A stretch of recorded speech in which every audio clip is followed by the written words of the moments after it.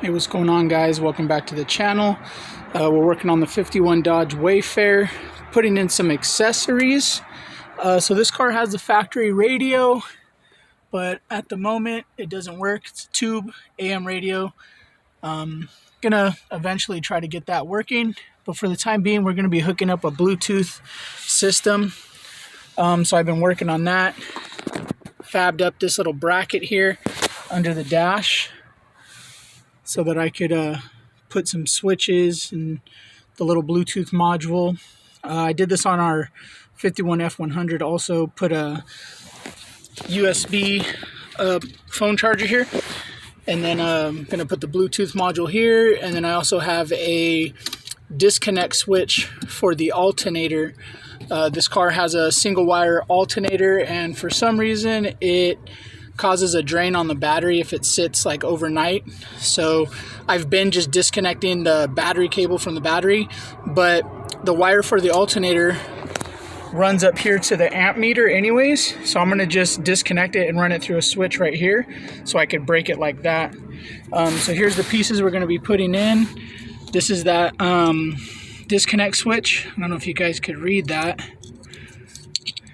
75 amp, 6 to 28 volts DC. So you just put one terminal here and here. So, you know, when the car is running, I assume you pull this out and it makes the connection. And then when you want to shut it off or disconnect it, you just push it in like so.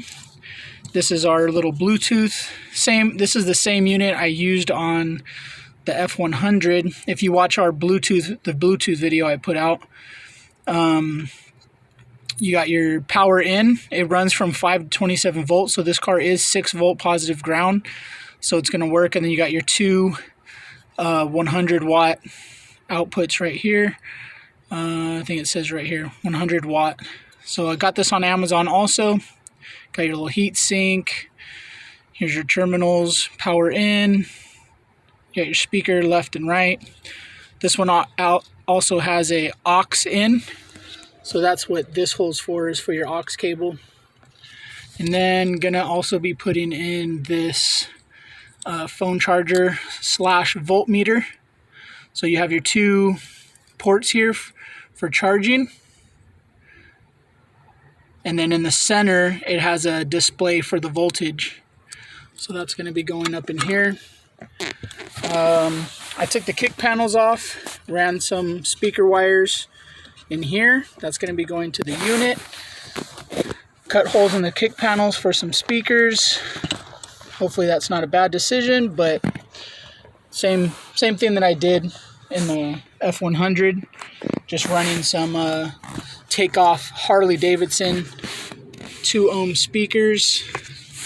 They seem to work pretty good. Again, like I said, on the F100 I ran some 4 ohm speakers, but I'm trying to get this so you guys can see the writing here. It's nighttime, so I have to have the flash on.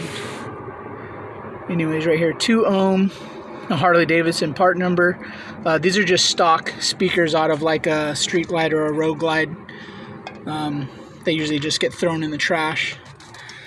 But just throw those in there and we're good to go. Got to do that side too.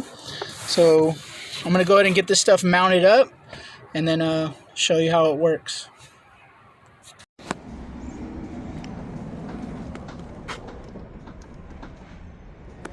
Got my little helper here today. We got the Bluetooth stuff installed, the alternator cut off, the voltmeter. Go ahead and demonstrate this for you guys. So I'll just turn it on. So Bluetooth connects. You just got to go to your Bluetooth settings, turn that stuff on. Battery voltage is at 5.9. So we'll go ahead and get the car started. There we go. So right now it's not charging. You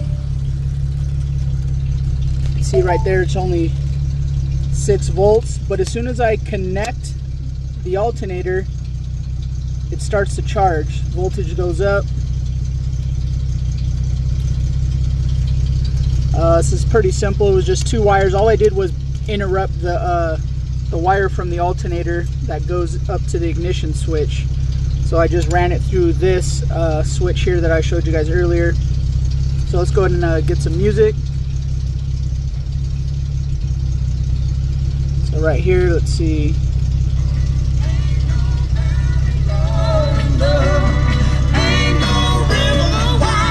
Gotta be careful with, you know, YouTube. Don't want to get no copyright strikes. But just switch it here on your Amazon or whatever your streaming device you got.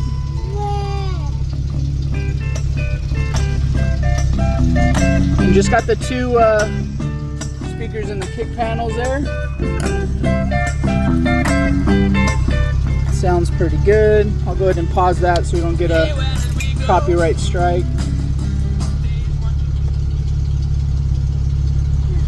But let me show you how I got this wired up. Don't shift the car. Gotta make sure this guy sits back. Sit back, bud. All right, there you go.